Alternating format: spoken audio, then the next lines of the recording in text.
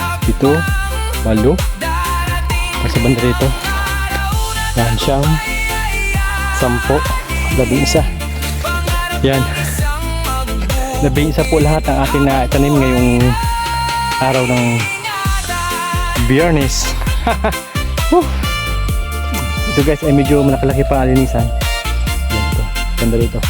Kung sakali tayo makahingi tayo ng binhi nitong yung mga suwi nitong pinya.